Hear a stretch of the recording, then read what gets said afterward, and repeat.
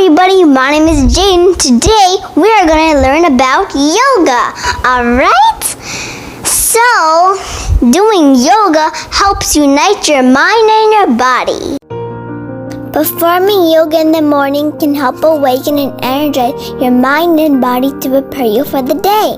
Performing yoga at night can help you calm and relax yourself for a restful sleep. This pose is called the tree.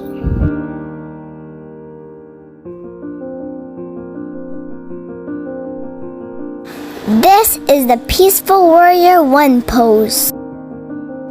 And this is Warrior number 3. This is the Dancing Shiva pose. And this is the Pigeon. Here is the Diamond pose. And this is the Half Lotus. This pose is called the Trident. Here is a gesture of greeting. I need to straighten my candle pose.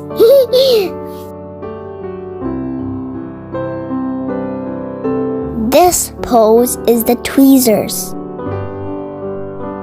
Watch out, here comes the arrow pose.